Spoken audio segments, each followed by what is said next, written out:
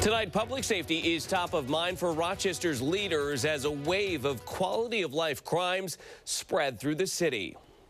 They're trying to mess your city up, our city. That's what we saw last night, and that's what we can't tolerate. A busy January for the Rochester Police and Fire Departments addressed today by city leaders. Good evening, I'm Matt Malloy. The department's responding to nearly 24,000 calls this month alone.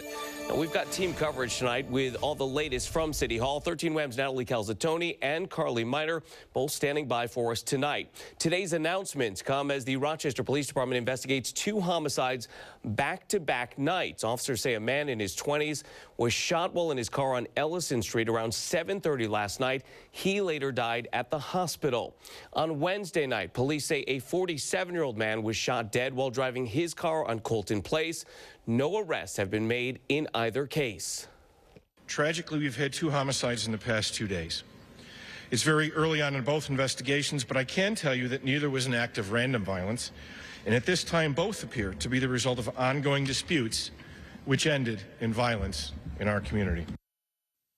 Now, the city also announcing action to curb the rash of car break-ins and vandalism head on. 13 WHAM's Natalie Calzatoni joins us now with the outrage tonight from City Hall. Natalie, good evening. Good evening, Matt. City leaders met with reporters today to discuss these latest public safety developments.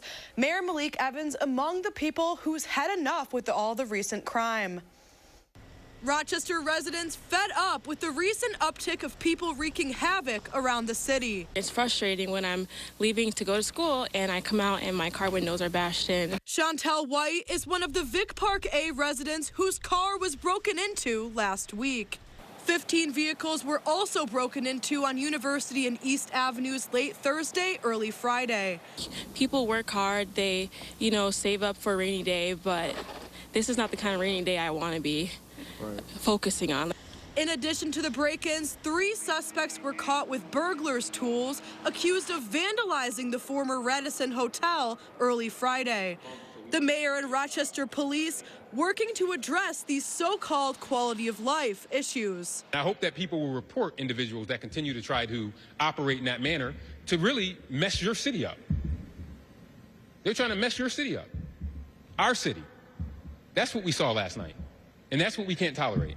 The New York State Police, besides providing manpower, will be providing license plate readers for the detail.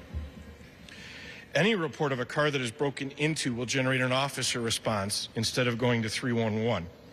This will allow us to investigate in real time. The chief says no suspects connected to the break-ins have been identified, but on 2 separate occasions, officers saw stolen vehicles in the area believed to be occupied by teenagers. When the officers attempted to stop these vehicles, they fled away. Our pursuit policy does not include stolen vehicles. Smith says the suspects who were observed inside the fenced area at the former Radisson were taken into custody after a foot chase.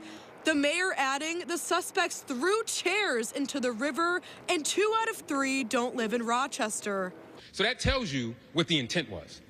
These were individuals that had construction-like tools that were going into buildings to try to wreak havoc. And that is what we can't tolerate. The 3 suspects at the former Radisson were released with appearance tickets. The mayor says Crime Stoppers is offering a reward for any information about people vandalizing property. That number is 585-423-9300. Matt.